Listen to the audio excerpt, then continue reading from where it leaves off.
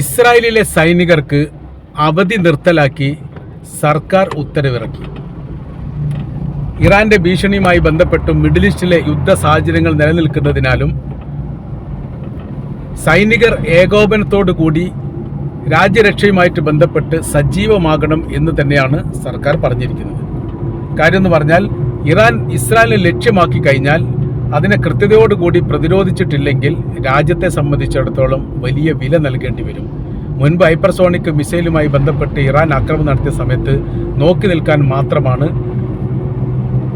ഇസ്രായേലിൻ്റെ സംവിധാനത്തിന് സാധിച്ചത്. സുരക്ഷാ സംബന്ധമായിരിക്കുന്ന അയൺ ഡോമിൽ വലിയ പ്രതീക്ഷ അർപ്പിച്ചിട്ടുണ്ടെങ്കിൽ പോലും അയൺ ഡോമൊന്നും യഥാർത്ഥത്തിൽ ഇസ്രായേലിന് സഹായത്തിന് എത്തിയിട്ടില്ല എന്നൊരു യാഥാർത്ഥ്യം ഇവിടെ നിലനിൽക്കുകയാണ്. അപ്പോൾ ഇപ്പോഴത്തെ ഒരു സ്ഥിതി എന്ന് പറയാൻ സങ്കീർണമായിരിക്കുന്ന രണ്ടും കൽപ്പിച്ചുകൊണ്ട് ഇറാൻ രംഗത്തിറങ്ങുന്ന ഒരു പ്രത്യേക സാഹചര്യത്തിൽ തങ്ങൾ ഇസ്രായേലിനെ ലക്ഷ്യം വെക്കുമെന്ന് ആവർത്തിച്ച് പറയുന്നു. ഇതിനു മുൻപ് തന്നെ ആയത്തുള്ള അലി ഖുമൈനി അദ്ദേഹം ഭരിക്കുന്ന കാലത്ത് 80 കാലഘട്ടത്തിൽ അദ്ദേഹം പറഞ്ഞിരിക്കുന്ന ഒരു പ്രധാനമായിരിക്കുന്ന കാര്യം ഒന്ന്, ഭൂപടത്തിൽ നിന്ന് ഇസ്രായേലിനെ ഇല്ലാതാക്കുക എന്നുള്ളത് അനിവാര്യമായിരിക്കുന്ന കാര്യമാണെന്നും ആ ദൗത്യം ഞങ്ങൾ ഏറ്റെടുക്കുമെന്നും മുൻ ഇറാന്റെ പ്രസിഡന്റ്, ഇറാന്റെ ആത്മീയ നേതാവ് ആയത്തുള്ള ഖുമൈനി പറഞ്ഞിരുന്നു. അത് 79-80 ആ കാലഘട്ടത്തിൽ ഇസ്ലാമിക വിപ്ലവം നടന്നതിൻ്റെ തൊട്ട് പിറകെ തന്നെ അങ്ങനെ ഒരു നിലപാട് അദ്ദേഹം എതിർത്ത്. നമ്മുടെ മുഖ്യമായിരിക്കുന്ന ശത്രു അമേരിക്കയും ഇസ്രായേലുമാണ്. അവരെ ഇല്ലാതാക്കുക എന്നുള്ളത് അനിവാര്യമായിരിക്കുന്ന കാര്യമാണ്. ഈ നിലപാട് ഇപ്പോഴും നിലനിൽക്കുന്നുണ്ട് എന്നുള്ളൊരു പ്രത്യേകതയാണ്. ഇതിൻ്റെ ഇടയിൽ തന്നെ ഒരു ചാനലുമായിട്ടുള്ള അഭിമുഖത്തിൽ ഇറാന്റെ പ്രസിഡന്റ് മസൂദ് പെഷഷ്കിയാൻ ഇത് ആവർത്തിക്കുകയും ചെയ്തു. ഞങ്ങളുടെ ആത്മീയ ആചാര്യന്മാർ പറഞ്ഞിരിക്കുന്ന കാര്യങ്ങളിൽ നിന്ന് ഞങ്ങൾക്ക് ഒരു ഇഞ്ച് പോലും പുറകോട്ട് പോകുന്നില്ലെന്നും അത് വ്യതിചലിക്കാൻ വേണ്ടി സാധിക്കാത്തതാണ് എന്നുള്ള പരാമർശമാണ് യഥാർത്ഥത്തിൽ ആ വിഷയവുമായിട്ട് ബന്ധപ്പെട്ട് അവർ നടത്തിയിരുന്നത്. അപ്പോൾ അങ്ങനെ അതിൻ്റെ ഒരു തുടർച്ചയായ രീതിയിൽ ഇസ്രായേലിനെ ലക്ഷ്യം വെക്കും എന്ന് ഉറപ്പായതോടുകൂടിയാണ് ഈ മേഖല കേന്ദ്രീകരിച്ചുകൊണ്ട് വലിയ രീതിയിൽ ഇടപെടൽ നടത്താൻ സർക്കാർ തീരുമാനിച്ചിരിക്കുന്നത്. സർക്കാരിൻ്റെ എല്ലാവിധ സൈനിക സംവിധാനത്തോടും റെഡിയാവാൻ വേണ്ടി പറഞ്ഞിട്ടുണ്ട്. എല്ലാ സംവിധാന കാര്യങ്ങളും ഒരുക്കാൻ വേണ്ടി പറഞ്ഞിട്ടുണ്ട്. അതുമായി ബന്ധപ്പെട്ട എല്ലാ കാര്യങ്ങളിലൂടെ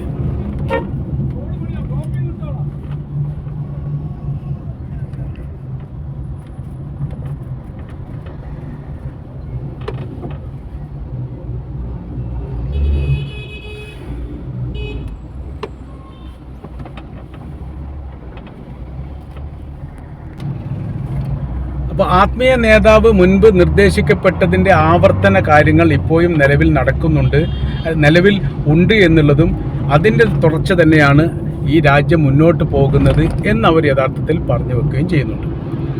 അപ്പോൾ ഇസ്രായേൽ ലക്ഷ്യമാക്കി കഴിഞ്ഞാൽ അവർ ഇസ്രായേലിനെ സംബന്ധിച്ചിടത്തോളം സമ്പൂർണ്ണമായിരിക്കുന്ന രഹസ്യങ്ങൾ ഇറാന് ചോർത്താൻ വേണ്ടി പല ഘട്ടങ്ങളെ സാധിച്ചിട്ടുണ്ട്.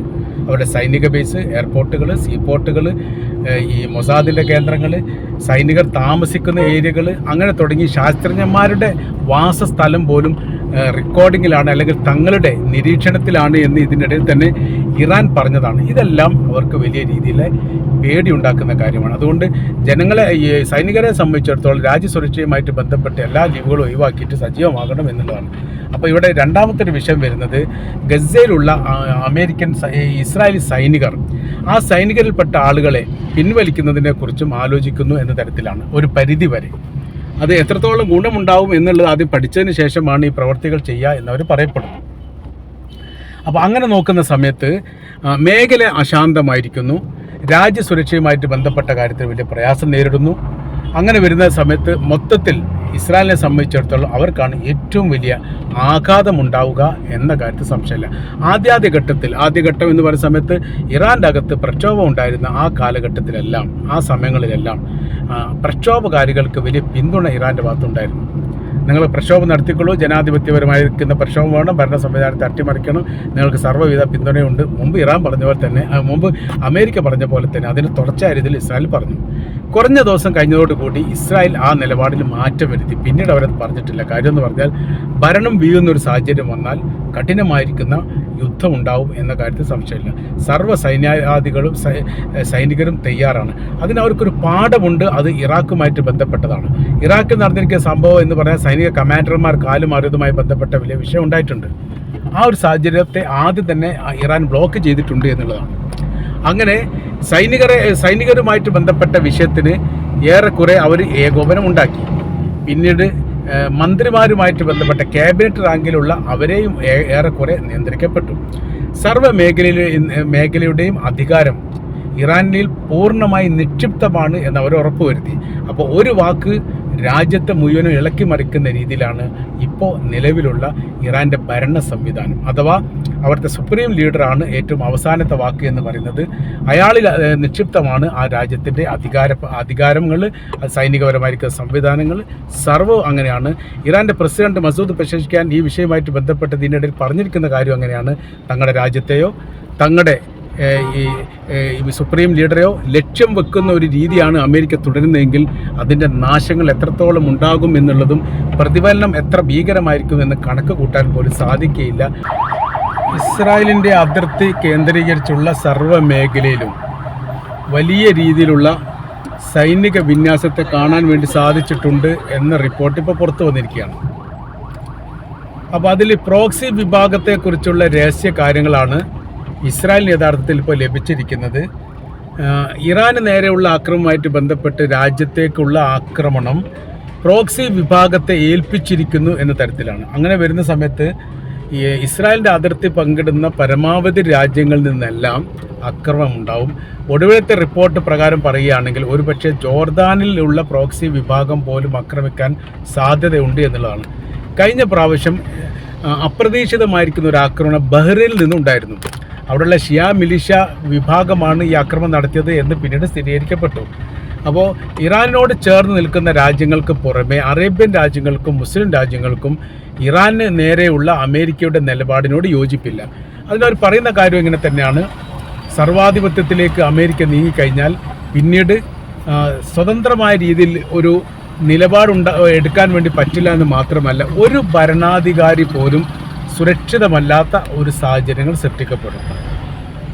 ഈ ഒരു പേടി മുസ്ലിം രാജ്യങ്ങൾക്ക് വളരെ ഗൗരവമായിട്ട് തന്നെ ഉണ്ട്. അത് പല അന്വേഷണ വിഭാഗങ്ങളും, ഇന്റലിജൻസ് അടക്കമുള്ള അന്വേഷണ വിഭാഗങ്ങൾ അതായത് ഭരണാധികാരികളോട് പറയപ്പെടുകയും ചെയ്തിട്ടുണ്ട്. ജനകീയ പ്രക്ഷോഭങ്ങൾ പോലും ഉണ്ടാവാൻ സാധ്യതയുണ്ട് എന്ന വിലയിരുത്തലുണ്ട്. കാര്യം എന്ന് പറഞ്ഞാൽ രാജ്യങ്ങളെല്ലാം ഏറെക്കുറെ മുൻപത്തെ കാലത്തെയൊക്കെ അപേക്ഷിച്ച് നോക്കുന്ന സമയത്ത് രാജ്യ ഭരണാധികാരികൾ അമേരിക്കക്ക് സപ്പോർട്ട് ചെയ്യുന്നവരും രാജ്യത്തിലെ ജനങ്ങൾ അമേരിക്കൻ വിരുദ്ധ ചേരിയിലുമാണ്. ഈ വിരുദ്ധ ചേരി ഏകോപിക്കുകയും സംഘടിക്കുകയും ചെയ്യുന്ന സമയത്താണ് സമരങ്ങളും പ്രക്ഷോഭങ്ങളും ഉണ്ടാകുന്നത്. അതാണ് നമ്മളിപ്പോൾ ഇറാനിൽ കണ്ടത്. പക്ഷേ ഇറാനിലെ പ്രക്ഷോഭത്തെ സംബന്ധിച്ചിടത്തോളം അത് അടിച്ചൊതുക്കാൻ വേണ്ടി സർക്കാരിന് സാധിച്ചു. പല പ്രക്ഷോഭവും അടിച്ചൊതുക്കാൻ വേണ്ടി സാധിച്ചിട്ടില്ല. ലിബിയ അതിന് ഉദാഹരണമാണ്, സിറിയ അതിന് ഉദാഹരണമാണ്, ഈജിപ്ത് ഉദാഹരണമാണ്, സുഡാൻ ഉദാഹരണമാണ്. ഇവിടെയൊക്കെ വലിയ രീതിയിലുള്ള പ്രക്ഷോഭം ഉണ്ടായ സമയത്ത് സർക്കാരിന് നോക്കുകുത്തിയായി നിൽക്കാൻ വേണ്ടി മാത്രമാണ് സാധിച്ചത്. മാത്രവുമല്ല, ബംഗ്ലാദേശിൻ്റെ ഉദാഹരണങ്ങളൊക്കെ പറയുന്നത്, ബംഗ്ലാദേശിൽ ഏകദേശം 100-ലധികം ആളുകളെ സൈനികർ വെടിവെച്ച് കൊന്നിട്ടുണ്ട്. വെടിവെച്ചെന്ന് കൊന്നതിന് ശേഷം പിന്നെ സൈനികർ പറഞ്ഞ ഒരു വളരെ പ്രധാനമായിരിക്കുന്ന ഒരു കാര്യമുണ്ട്. രാജ്യത്തിലെ ജനങ്ങളെ ഇങ്ങനെ ദയദാക്ഷിണ്യമില്ലാത്ത രീതിയിൽ വെടിവെച്ച് കൊല്ലുക എന്നുള്ളത് തങ്ങൾക്ക് അസാധ്യമായിരിക്കുന്ന കാര്യമാണ്. തങ്ങൾ ജനങ്ങളെ കൊല്ലാൻ വേണ്ടി നിയോഗിക്കപ്പെട്ടവരല്ല, രാജ്യസുരക്ഷയുമായിട്ട് ബന്ധപ്പെട്ടവരാണ്. അതുകൊണ്ട് ഈ നിലപാടിൽ നിന്ന് ഞങ്ങൾ മാറുന്നു. രാജ്യത്തിൻ്റെ പ്രധാനമന്ത്രി രാജ്യം വിട്ടു പോകണം, അതല്ലെങ്കിൽ പ്രക്ഷോഭകാരികൾ കൊട്ടാരം കയ്യേറും എന്നടക്കമുള്ള രീതിയിലേക്ക് സൈനിക മേധാവികൾ മാറി. ഇത് എല്ലാ രാജ്യത്തും നടക്കാൻ സാധ്യതയുണ്ട് എന്നുള്ള വിലയിരുത്തലുണ്ട്. അപ്പോൾ ഇസ്രായേലിനെ സംബന്ധിച്ചിടത്തോളം അവരുടെ സുരക്ഷ വളരെ പ്രധാനമാണ്. ലോകത്തെ ഏക രാജ്യമാണ് ജൂത രാജ്യമായിട്ട് നിലനിൽക്കുന്നത്. അതിൻ്റെ സംരക്ഷണവുമായിട്ട് ബന്ധപ്പെട്ട് അമേരിക്ക എല്ലാ സഹായങ്ങളൊക്കെ നൽകുന്നുണ്ട്. പക്ഷേ അവിടെ ഇത്തരം വിഷയങ്ങൾ ഉണ്ടാകുന്ന സമയത്ത്, അതിർത്തിയുമായിട്ട് ബന്ധപ്പെട്ട വിഷയങ്ങൾ ഉണ്ടാകുന്ന സമയത്ത് എല്ലാ കാലത്തും ഇസ്രായേലിനെ സംബന്ധിച്ചിടത്തോളം അവർക്ക് വലിയ രീതിയിലുള്ള പ്രയാസമുണ്ട്. ആ പ്രയാസം ഇപ്പോഴും അവരനുഭവിച്ചുകൊണ്ടിരിക്കുകയാണ്. രാജ്യത്ത് ഇപ്പോഴും യുദ്ധവുമായിട്ട് ബന്ധപ്പെട്ട്, അതായത് ഗസ കരാർ വ്യവസ്ഥയുമായിട്ട് ബന്ധപ്പെട്ട കാര്യത്തിൽ യോജിപ്പില്ലാത്തതാണ് നല്ലൊരു ശതമാനം ഈ ജൂത വിഭാഗത്തിൽപ്പെട്ടവർ. കാര്യം എന്ന് പറഞ്ഞാൽ, നിങ്ങൾ എന്തിന് ഗസയിൽ തുടരുന്നു എന്ന ചോദ്യത്തിന് ഇസ്രായേൽ ഇപ്പോഴും മറുപടി പറഞ്ഞിട്ടില്ല. ഗസ അവരുടേതാണ്.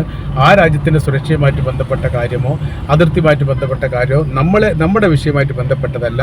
അതുകൊണ്ട് ഇസ്രായേലിൻ്റെ സൈന്യം ഗസയിൽ തുടരുന്നത് അനുചിതമാണ് എന്നുള്ള അഭിപ്രായമാണ് അവർക്ക് യഥാർത്ഥത്തിലുള്ളത്.